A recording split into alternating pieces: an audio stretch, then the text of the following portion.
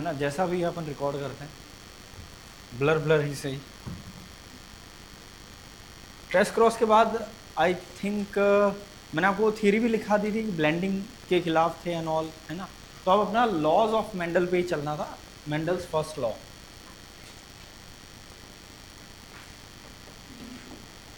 जिसको अपन law of dominance कहते हैं। क्या बोलते हैं? Law of dominance.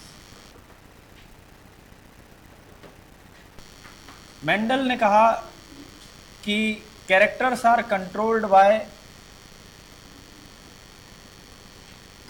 Bye factors, ठीक है, बाय फैक्टर। ये लड़की लोग बात ना करो भाई, काहे बात करते हो इतना, थक नहीं जाते क्या तुम लोग? Factors occur in pairs. तीसरा, in heterozygous condition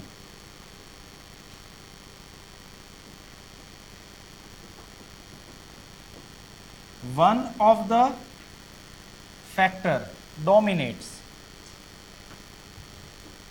one of the factor dominates, ठीक है, and expresses itself,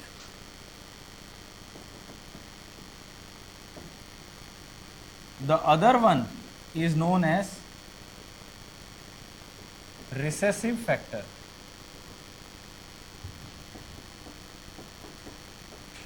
ठीक है। recessive can only express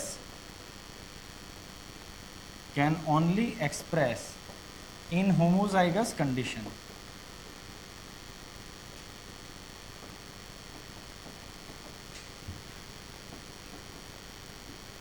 ठीक है। और डोमिनेंट जो होता है वो तो आपका हेट्रोजाइगस में भी अपने आप को एक्सप्रेस कर ही देता है, रूल तो पता ही, अपन समझ ही चुके हैं। So this law explains all tall in F1 and 3:1 phenotypic ratio in F2।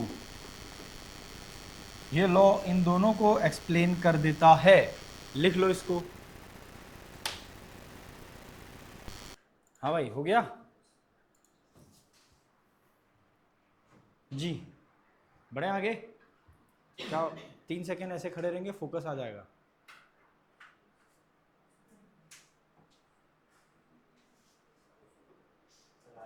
आ गया?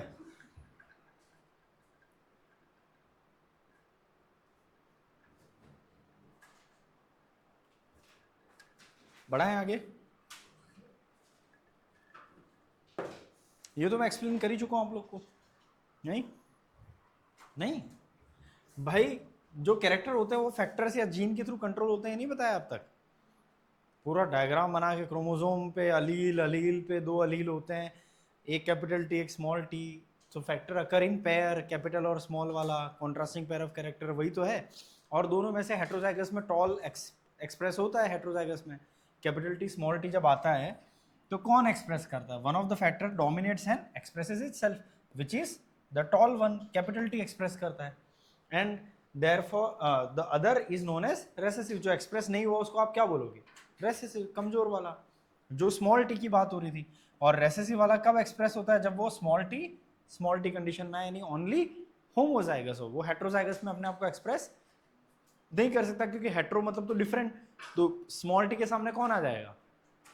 Capital T. कैपिटल टी जैसे ही हेट्रोजाइगस में आया वो तो स्मॉल टी को एक्सप्रेस होने ही नहीं देगा, राइट? इसीलिए आपका ये कंडीशन होती है। अब यही लॉ आपका एक्सप्लेन कर देता है कि सारे टॉल क्यों आए F1 में, क्योंकि F1 क्या था? Capital T small T. और ये लॉ कहता है कि भाई हेट्रोजाइगस में जब भी होते हैं तो जो कैपिटल वाला है वो डोमिनेट कर जाता है और उसी का असर दिखता है, इसलिए सारे टॉल थे। At the same time 3:1 phenotypic ratio जो F2 में आता है वो भी एक्सप्लेन करता है, या आप कह सकते हो कि दोनों का एक्सप्रेस होना F2 में, है ना, टॉल और ड्वार्फ दोनों का आना, ये भी जस्टिफाई करता है। क्यों? क्योंकि ड्वार्फ आपको एक्सप्रेस होने लगा 1/4। क्यों? क्योंकि वो होमोजाइगस आ गया। और ये लॉ तो कह रहा है कि होमोजाइगस में तो रेसेसिव वाला अपने आप को एक्सप्रेस कर सकता है। कब वो दब जाता है? जब सामने कैपिटल टी या कैपिटल आर या ऐसा कोई आएगा, उनका कैपिटल पार्टनर आएगा। अग्रीड? आया समझ में? बढ़े आगे। तो ये लो इन दोनों चीजों को एक्सप्लेन करता है। तो कई बार ऐसा सवाल भी पूछते हैं, which of the following is not true for law of dominance perspective, है ना।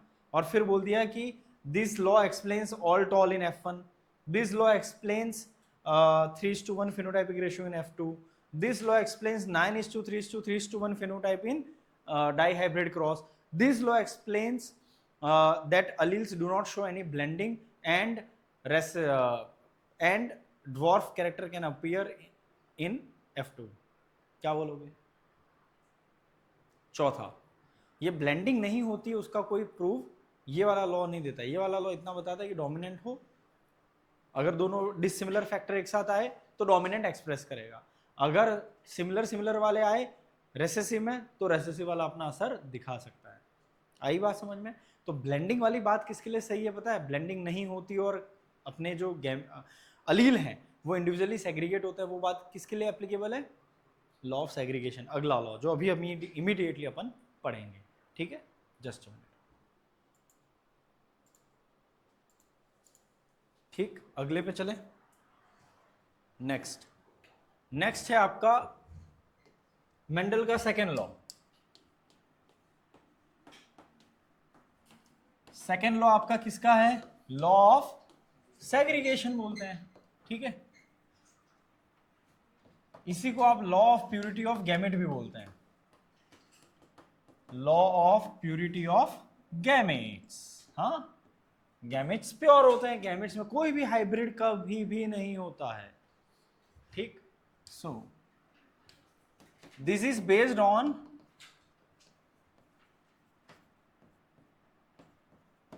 हैविंग प्योर गैमेट्स यानी only one of the factor present in gamete, so it is pure, no blending यानी mixing of factors, so let's say capital T small t है, heterozygous है, इसमें कितने अलील हैं? 2 अलील हैं या 2 फैक्टर है। ठीक है, जिसको अपन अभी सिंप्लीफाई करने के लिए अलील लिख के रखते हैं। तो जब आपका मियोसिस से गैमेट बनते हैं, किस प्रोसेस से बनते हैं? मियोसिस। तो एक गैमेट में कैपिटल टी गया और एक में स्मॉल टी गया ना, तो इसमें सिर्फ कैपिटल टी, इसमें सिर्फ स्मॉल टी है, तो ये क्या कहलाएंगे? प्योर गैमेट्स कहलाएंगे कि नहीं? ये वाली बात है। ठीक है, तो इसी को प्यूरिटी ऑफ गैमेट या लॉ ऑफ सेग्रीगेशन कहते हैं। So when gametes are segregated,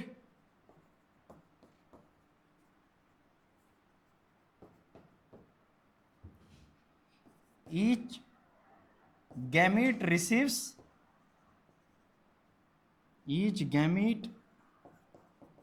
receives only one of the factor,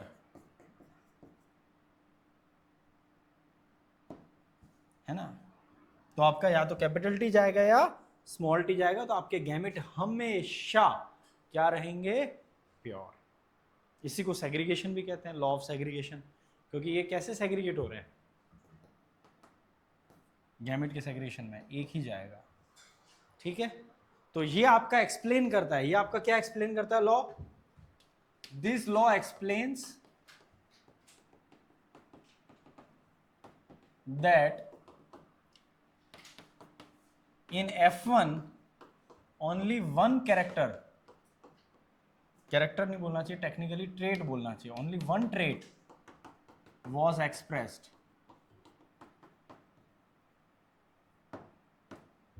while in F2, ठीक है, while in F2 the recessive trait reappears which was missing in F1, without blending it appears, without blending any mixing, it comes back in F2. ठीक है, तो ये चीज आपको ensure करता है, ये लॉ ब्लेंडिंग ना होना ये कंफर्म होता है। तो एनसीईआरटी के सीक्वेंस में दोनों लॉ होने के बाद, हाँ अच्छा ये बाकी था, लिख लो इसको भी। So next thing is concept of dominance as per NCERT.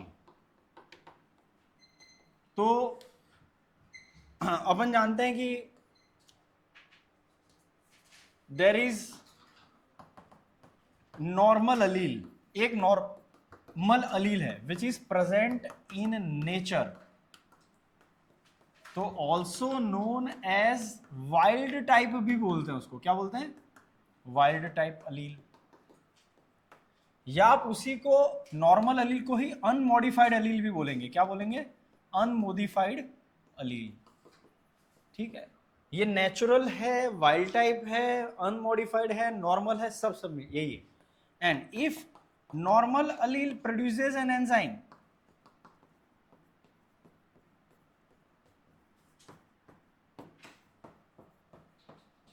Normal allele जो है वो एंजाइम को प्रोड्यूस कर रहा होगा, माना कि, ठीक है। If any modification occurs, alteration और modification occurs to that normal allele,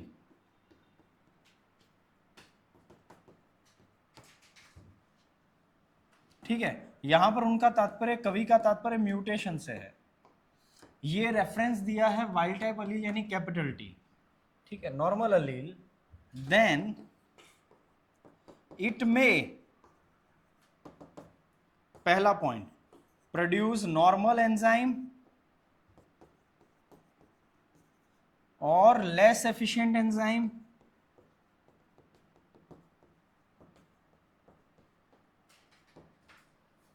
ठीक है। दूसरा, no enzyme at all,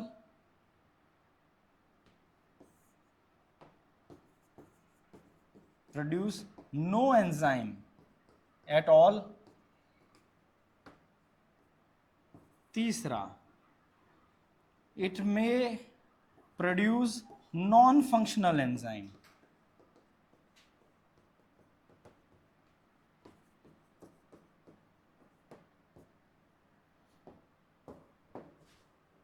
condition 1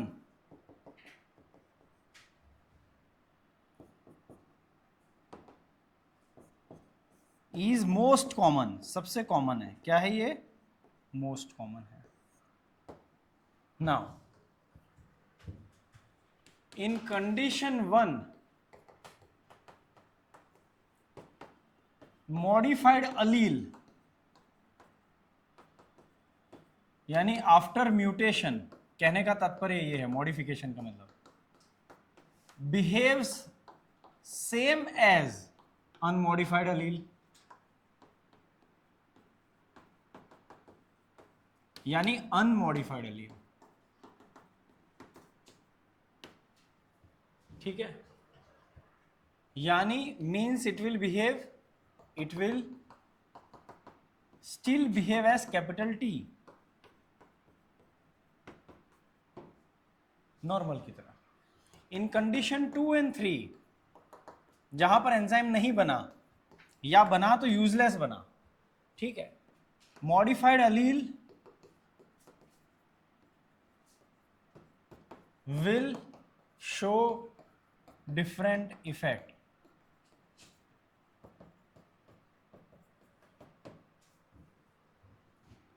as mutant, as modified or mutant allele. It will not show the phenotype, not show the phenotype of normal enzyme, ठीक है। तो अब क्या कहना चाहते हैं हम, यानी सिंपल भाषा में बोले तो means it will behave as small T. अगर आप टी को रेफरेंस मानते हो, ठीक है, तो हम यहाँ पर आपको लैंग्वेज देख के लगेगा कि वही सवाल आएगा, कहना क्या चाहते हो भाई, बता रहे हैं कहना क्या चाहते हैं, ठीक है, क्योंकि modified, unmodified, unmodified, modified, modified, wild type, normal, क्या है, कुछ नहीं।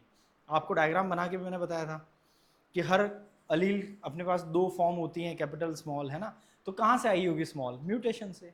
इन्होंने म्यूटेशन वर्ड बोलने के बजाय मॉडिफिकेशन बोला है, मॉडिफाइड बोला है, अल्टर्ड बोला है। अल्टर्ड या मॉडिफाइड का मतलब सेम होता है, मॉडिफाई हो गया।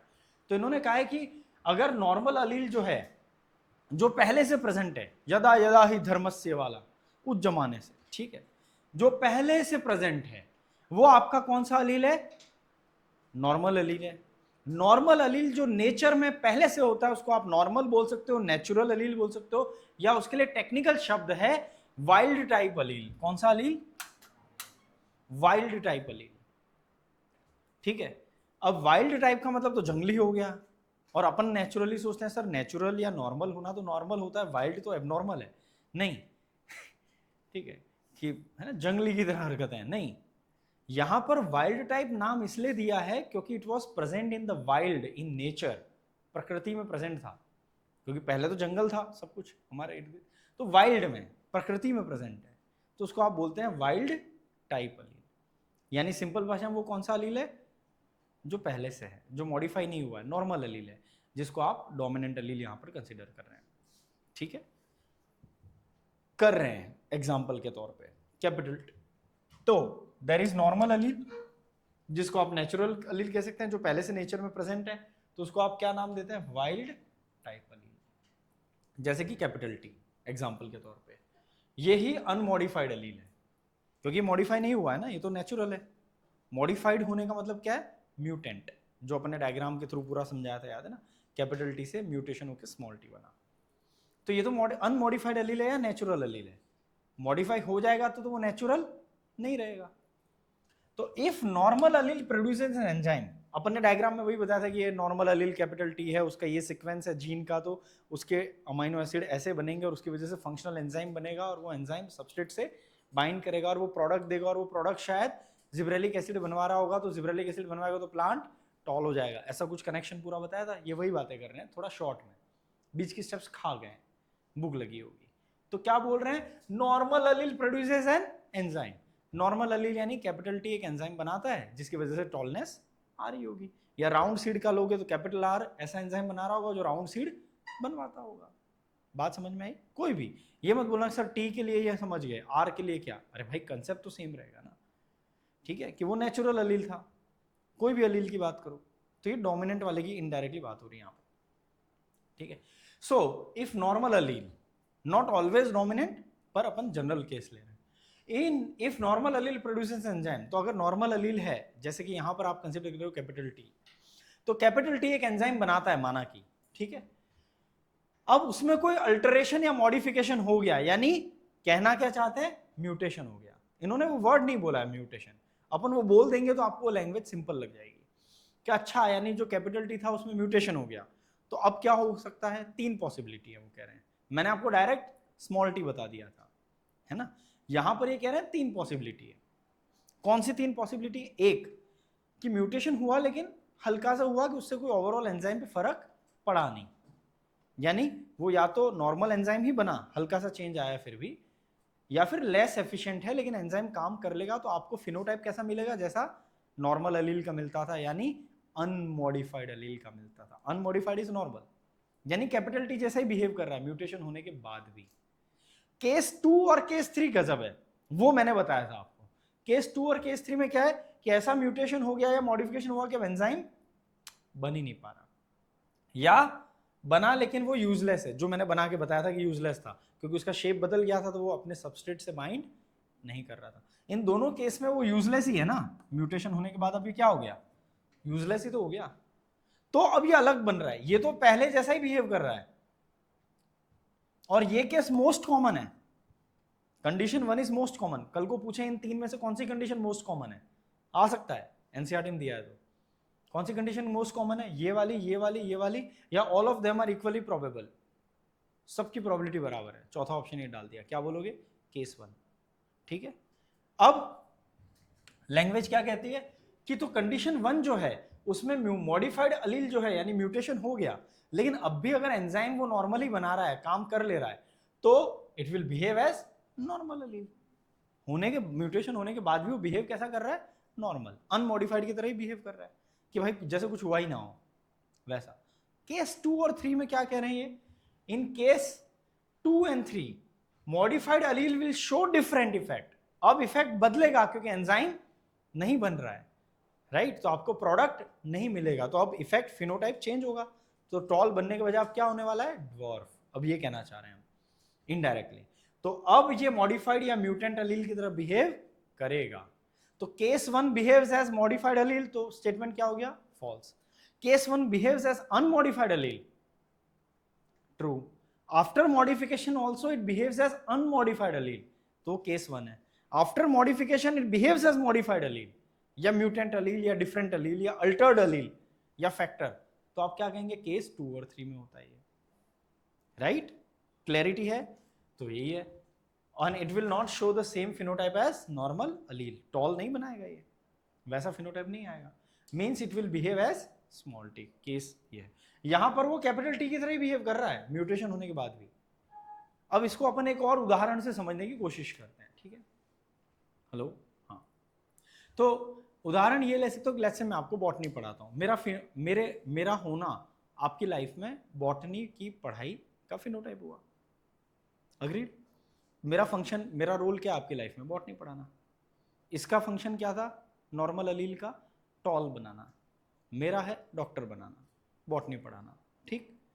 अब कल को मेरे में कोई मॉडिफिकेशन हो जाए, यानी मेरा एक्सीडेंट हो जाए, मैं रास्ते से जा रहा था, भेलपुरी खा रहा था, गाड़ी घुमा रहा था, सामने से एक स्कूटी लेके, मोहतरमा बोलेंगे तो स्टीरियोटाइप जोक हो जाएगा, तो आदमी आया, उसने ठोक दिया, मेरा एक्सीडेंट हो गया।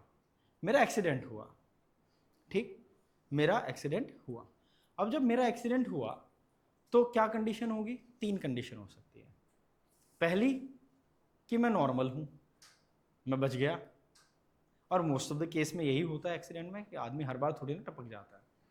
तो केस 1 क्या कहता है कि मैं नॉर्मल हूं, उठा, थोड़ी खरोच आई, ऐसे किया, झाड़ा, आ गया ऑफिस, पढ़ाने लग गया। आपका फिनोटाइप अफेक्ट हुआ, मुझे मॉडिफिकेशन हुई हल्की फुल्की सी, लेकिन आपको फर्क नहीं पड़ा। क्यों ही पड़ेगा तुम्हें फर्क मेरे गिरने से, है ना?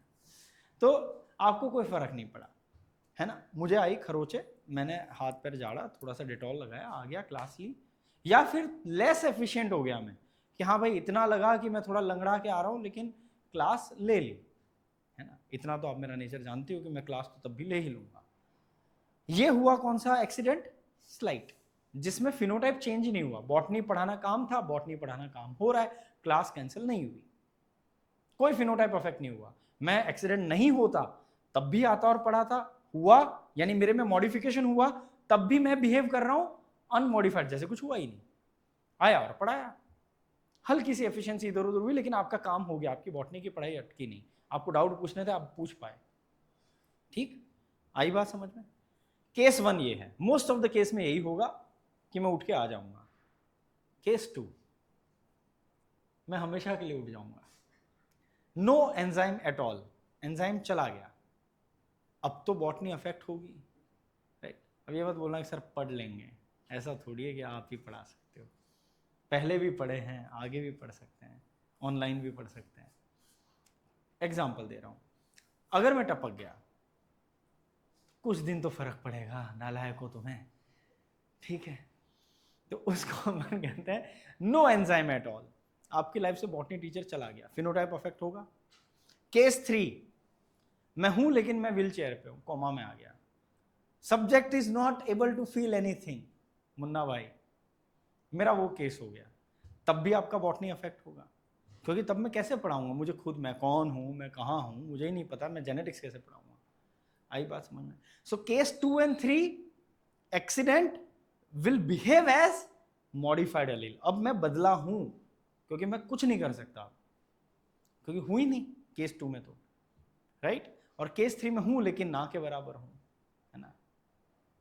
तो दोनों केस 1 क्या कह रहा है, जो सबसे कॉमन है कि हाँ हल्का फुल्का एक्सीडेंट हुआ, उठे आगे, आपका कोई फंक्शन अफेक्ट नहीं हुआ, तो मॉडिफिकेशन के बाद भी I will behave as normal, यही बोला उन्होंने, it will behave as normal, your phenotype will express, enzyme बनेगा, वो काम करके जाएगा अपना, वो अपना प्रोडक्ट देगा, जेनेटिक्स पढ़ाएगा, चला जाएगा, खत्म। केस 2 और 3 में फिनोटाइप विल गेट अफेक्टेड, है ना, तो वो आपका काम अफेक्ट होगा केस 2 और 3 में। अब क्लैरिटी आ गई। और तो कौन सा केस नॉर्मल है, मॉडिफाइड, अनमॉडिफाइड, कब ये मॉडिफाइड की तरह बिहेव कर रहा है, कब अनमॉडिफाइड की तरह बिहेव कर रहा है या नॉर्मल की तरह बिहेव कर रहा है। केस 1 में एक्सीडेंट हुआ लेकिन माइनर था, इसलिए नॉर्मल की तरह ही बिहेव किया, यानी बिना मॉडिफिकेशन जैसा ही प्रतीत हुआ था, कुछ म्यूटेशन हुआ लेकिन पता भी नहीं लगा, ऐसा माइनर सा म्यूटेशन था कि उससे प्रोटीन के स्ट्रक्चर पे कोई फर्क नहीं पड़ा। अगर आप बायोकेमिस्ट्री में जाना चाहते हो डिटेल में कि सर म्यूटेशन हुआ तो फर्क क्यों नहीं पड़ा, ये तो एक्सीडेंट की बात तो चलो हमको समझ में आई कि हाँ आपका हल्का सा हुआ तो आप उठ के आ गए, लेकिन जेनेटिक्स में इसका क्या तात्पर्य है बताता हूँ। आपने जेनेटिक कोड पता नहीं स्कूल में पढ़ा या नहीं पढ़ा है, लेकिन बहुत सारे ऐसे अमाइनो एसिड हैं, है ना, जैसे AUG होता है ना, वो भी मिथ्योनिन के लिए कोड करता है, और GUG अगर फर्स्ट पे आ जाए तो वो भी मिथ्योनिन के लिए कोड करता है।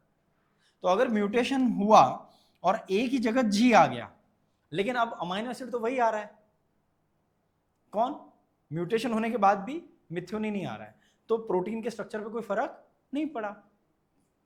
आई बात समझ में। तो ऐसा भी हो सकता है ना कि म्यूटेशन तो हुआ, बदलाव हुआ, मॉडिफिकेशन आया, पर उससे प्रोटीन के काम पे कोई असर नहीं पड़ा, तो म्यूटेशन होने के बाद भी it will behave as what,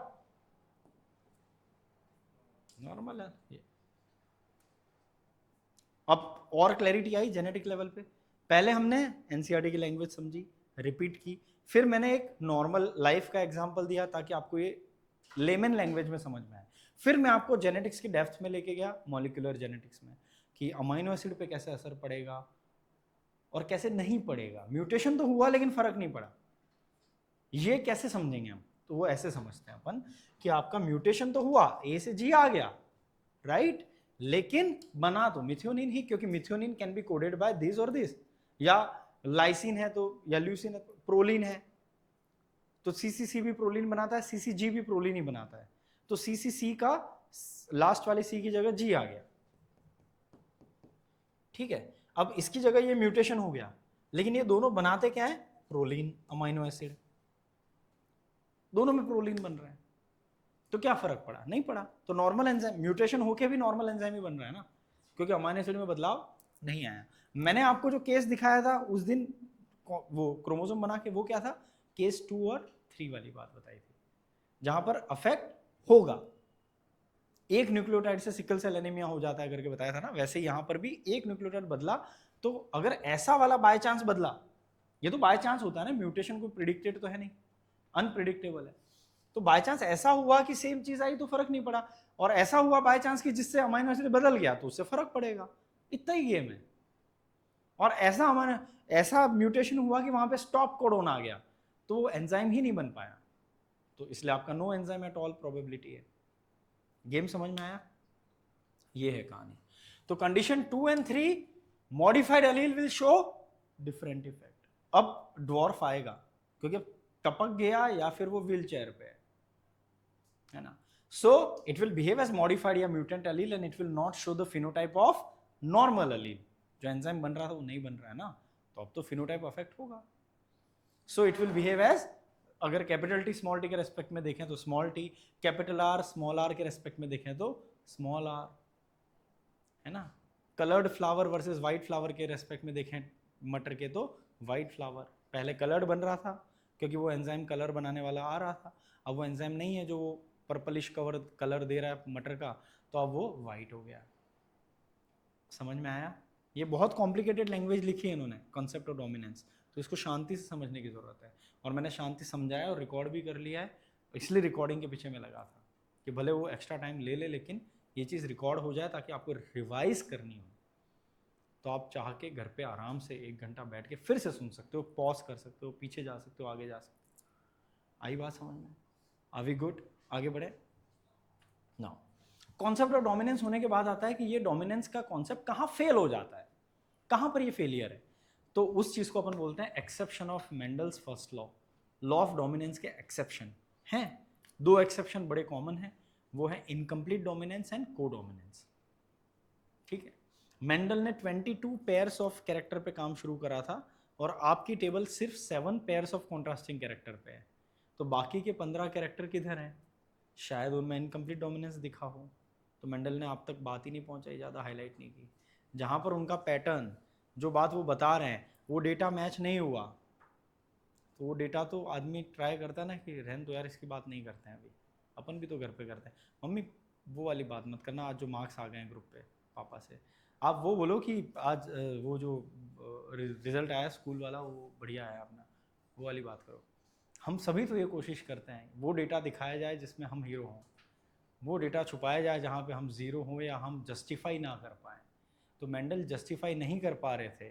3:1 ratio आ रहा था मोनो हाइब्रिड क्रॉस में, या डाई हाइब्रिड में 9:3:3:1 आ रहा था, पर जिनके क्रॉस कराने पे 9:3:1 नहीं आया और कुछ और ही रेशो आ गया, और मेंडल समझ नहीं पा रहे हैं। उन्होंने रिपीट किया, फिर वो नहीं आया, फिर समझ नहीं पा रहे हैं, तो उन्होंने उन डेटा को धीरे धीरे क्या किया, साइडलाइन, और उन्हीं कैरेक्टर पे काम किया जहाँ पे उनकी बात वो प्रूव कर पाएँ कि भाई इन लोगों पे मैं बात अपनी कह सकता हूँ, इन कैरेक्टर के बारे में अब मैं नहीं कह पा रहा हूँ। तो उन्होंने उन डेटा को थोड़ा हाइड कर दिया। इसलिए मेंडल के लिए कहा जाता है he was smart as well as lucky. Smart इसलिए क्योंकि बहुत सारा डेटा उन्होंने फिर हाईलाइट नहीं किया जो उनकी बातों से मैच नहीं कर रहा था, उनके लॉस से मैच नहीं कर रहा था, क्योंकि ये सब एक्सेप्शन है ना। तो अगर किसी कैरेक्टर में इनकम्प्लीट डोमिनेंस हो रहा होगा, मटर में ही होता है, मैं आपको बताऊंगा एक दो एग्जांपल अपने सिलेबस में, एक एग्जांपल तो वो उनको कैसे रेशो मिलेगा 9:3:3:1? नहीं मिल सकता ना। अगर मेंडल का लॉ वहाँ पे नहीं फॉलो हो पा रहा है कुछ कैरेक्टर पे, तो कैसे होगा? उसमें मेंडल की गलती नहीं है, चालाकी नहीं बोल सकते आप। ठीक है, अपन बोलने के लिए बोल सकते हैं कि हाँ चालाकी तो करी, पर वो गलत नहीं है उतना, क्योंकि ये 1856 की बात है, 1860 की बात है। उस जमाने में जो बोला है 7 कैरेक्टर पे और बिल्कुल यथावत वो होता है, ये भी तो अपने आप में लेजेंडरी काम है। तो वो अब आप पे है कि आपका पर्सपेक्टिव नेगेटिव है कि पॉजिटिव है। आप इसमें खुश हो कि यार 1856 में 60 में कोई इतना बड़ा काम कर गया, या यार वो तो फेल हो गए थे इन सब कैरेक्टर में। अरे तो फेल होंगे, आप रिसर्च करोगे तो फेल होंगे बहुत सारी चीज़ों में, हर चीज़ में आपकी बात प्रूव हो जाएगी ऐसा ज़रूरी नहीं है। This is what research teaches you. आई बात समझ में? तो यहां पर अब आता है एक्सेप्शन ऑफ मेंडल्स लॉ।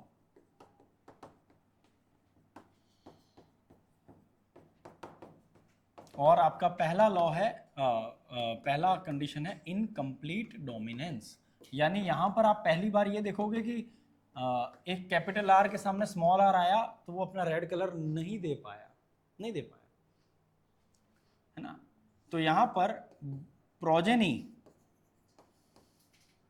जैसे F1 को लो, does not resemble either of the parent, does not resemble either of the parent, यानी एनी ऑफ द पेरेंट, माँ बाप में से किसी से मैच नहीं कर रहा। ठीक है, एनी ऑफ द पेरेंट। ठीक है, ये है इसका एग्जाम्पल है एंटीराइनम मेजस। ठीक है, शॉर्ट में आप इसको बोलते हैं ए मेजस। इसी का दूसरा नाम है डॉग फ्लावर, कुत्ता पुष्प, कुकुर पुष्प। ठीक है, और इसका तीसरा नाम है स्नैप ड्रैगन। ये कॉमन नाम है, कहीं पे ड्रैगन कहीं पे कुत्ता, कैसा नाम है इस आदमी का, है इमेजेस। और कैरेक्टर भी देखो इसके, यहाँ मेंडल का लॉ भी नहीं फॉलो हो रहा। तो इसमें इसके जो फ्लावर्स होते हैं उसमें एक कैरेक्टर होता है कि जब इन्होंने रेड फ्लावर का क्रॉस कराया, यानी कैपिटल आर का क्रॉस कराया व्हाइट फ्लावर से, स्मॉल आर से, ये कौन सी जनरेशन कहलाएगी? पिजन, पेरेंटल जनरेशन, है ना, कबूतर नहीं है। इनका आपको मिलेगा F1 जनरेशन में, F1 में क्या मिलेंगे? All will be capital R small R. उधर कैपिटल टी स्मॉल टी थे, पर वो कैपिटल टी डोमिनेट करता था स्मॉल टी को, तो सारे क्या थे? टॉल। लेकिन ये बनेंगे पिंकू पिंकू। क्या बनेंगे? पिंकू पिंकू। आपने रेड का क्रॉस व्हाइट से कराया, आप एक्सपेक्ट कर रहे थे कि क्या मिलेंगे सारे बच्चे F1 में? रेड। अगर लॉ ऑफ डोमिनेंस देखोगे तो क्या मिलता? रेड। नहीं मिला, आपको मिले पिंकू, सारे पिंक। तो क्या ये प्रोजेनी माँ और बाप से मैच कर रही है? न माँ से मैच कर रही है, न बाप से मैच कर रही है। न लाल है ना सफ़ेद है, अलग ही कलर है। तो इसका मतलब क्या है? जब माँ बाप से कैरेक्टर बच्चे के नाम मैच करें तो उसका मतलब क्या है? इनकम्प्लीट डोमिनेंस हो सकता है। आई बात समझ में? क्या हो सकता है? इनकम्प्लीट डोमिनेंस हो सकता है इस कैरेक्टर्स मिक्स हो गए हैं। बहुत सही पॉइंट बोला शाश्वत ने, यही सवाल मैं पूछने वाला था। तो ये तो ब्लेंडिंग इनहेरिटेंस हो गया, ब्लेंडिंग का मतलब मिक्सिंग ऑफ कैरेक्टर हो गया। तो फिर यहाँ पर तो मेंडल का वो लॉ भी फेल हो गया, सेग्रीगेशन वाला और ब्लेंडिंग वाला, डोमिनेंस तो फेल हो ही रहा है। तो क्या अपन ये बोलेंगे कि एंटीराइनम मेजस में पिंक फ्लावर का आना मेंडल के एक साथ दो दो ससुराल वालों को ध्वस्त करता है, लॉस को तोड़ देता है? हाँ, law of dominance and law of segregation दोनों को ध्वस्त करता है? ऐसा नहीं। इसलिए क्योंकि उसके लिए आपको चलना पड़ेगा F1 की अगली जनरेशन पे। F1 की सेल्फिंग जब कराओगे, यानी कैपिटल आर स्मॉल आर का cross capital R small R से, यानी पिंक का क्रॉस पिंक, पिंकू का क्रॉस पिंकू से कराओगे, तो आपको मिलेंगे दो गैमेट इधर, capital R small R, capital R small R. ये दोनों मर्ज होंगे तो क्या बना? Capital R capital R. ये दोनों मर्ज हुए तो क्या बना? Capital R small R. ये दोनों मर्ज हुए तो क्या बना? Capital R small R. ये दोनों मर्ज हुए तो क्या बना? Small R small R. Right, हो गया ये, है ना? ये आपका बनते हैं रेड एक, पिंक दो और वाइट एक। जीनोटाइपिक रेशो भी वही है 1:2:1, फिनोटाइपिक रेशो भी वही है। तो यहां जीनोटाइप और फिनोटाइप रेशो टेस्ट क्रॉस की तरह सेम आता है, ठीक है? अब यहां पर F1 में पिंक का आना यानी मिक्सचर ऑफ कलर दिखना ब्लेंडिंग इनहेरिटेंस को प्रतीत होता है, जैसा प्रतीत होता है, पर है नहीं। वो शायरी नहीं, लगने लगा है मगर लगेगा नहीं, लगने लगा है लगेगा नहीं। सत्य वो नहीं है जो दिख रहा है। आपको लग रहा है ब्लेंडिंग इनहेरिटेंस है, लेकिन है नहीं। क्यों नहीं है? बताता हूं। क्योंकि अगर आपका ब्लेंडिंग हो चुकी है और ये पिंक में परिवर्तित हो चुके हैं, तो पिंक का क्रॉस पिंक से कराने पे वापस रेड कैसे आया? जज साहब पूछता है भारत, वापस व्हाइट और रेड कैसे आया? अगर वो मिक्स हो चुका है, ब्लेंडिंग हो चुकी है, तो पिंक का क्रॉस पिंक से कराने पे सारे पिंक मिलने चाहिए थे, नहीं मिले ना। यानी स्मॉल आर जब भी स्मॉल आर के साथ गया, उसने वापस से अपना व्हाइट कलर दिखाया। कैपिटल आर जब भी कैपिटल आर के साथ गया, उसने वापस अपना रेड कलर दिखाया। यानी वहां पर जो पिंक की मिक्सिंग हुई थी, वो कलर लेके नहीं इनहेरिट हुए हैं। ये अपना जो पहले का कैरेक्टर था, जो अपने में समाये हुए थे, capital R for red and small R for white, उन्होंने वो वापस से बिना किसी मिक्सिंग के क्लियरली सेग्रीगेट हुए गैमिट में, capital R purely, small R purely, without getting mixed. तो ब्लेंडिंग कहां हुई? तो F2 जनरेशन में वापस से रेड और व्हाइट का आना ये दर्शाता है, पिंक का क्रॉस कराने पे, वो भी रेड का नहीं कराया ना आपने, पिंक का क्रॉस पिंक से कराने पे माँ बाप में से कोई भी रेड नहीं है और बच्चे वापस रेड आए। इट मीन्स वो थोड़ी देर के लिए टेम्परेली रेड अपना असर वैसा नहीं दिखा पाया, थोड़ा सा इनकम्प्लीट डोमिनेंट था, उतना दादागिरी वाला नहीं था, लेकिन जैसे उसको मौका मिला फिर से दिखाया। So there is no blending. So it only defies first law of Mendel, law of dominance को रिजेक्ट करता है ये, लॉ ऑफ सेग्रीगेशन को नहीं। There is no blending. आया समझ में? So it appears like blending, NCERT ने लिखा है ये word, it appears like blending but it is not blending. Appear हो रहा है नहीं, क्योंकि कहां अपीयर हुआ? यहां पर पिंकू में अपीयर हुआ, लेकिन फिर पिंक का क्रॉस पिंक कराने पे सारे पिंक आ जाते, मिक्स ही हो गया है, तो नहीं आया ना। वापस से सेग्रीगेट हुआ, कैपिटल आर के साथ जाती, मौका देख के रेड बनाया। वो अगर मिक्स हो चुका होता तो पिंक आता हर जगह पे, नहीं हुआ है मिक्स। आपको लग रहा था खाली बाहर से, हुआ नहीं है। आई बात समझ में? चलो, हैव अ गुड डे।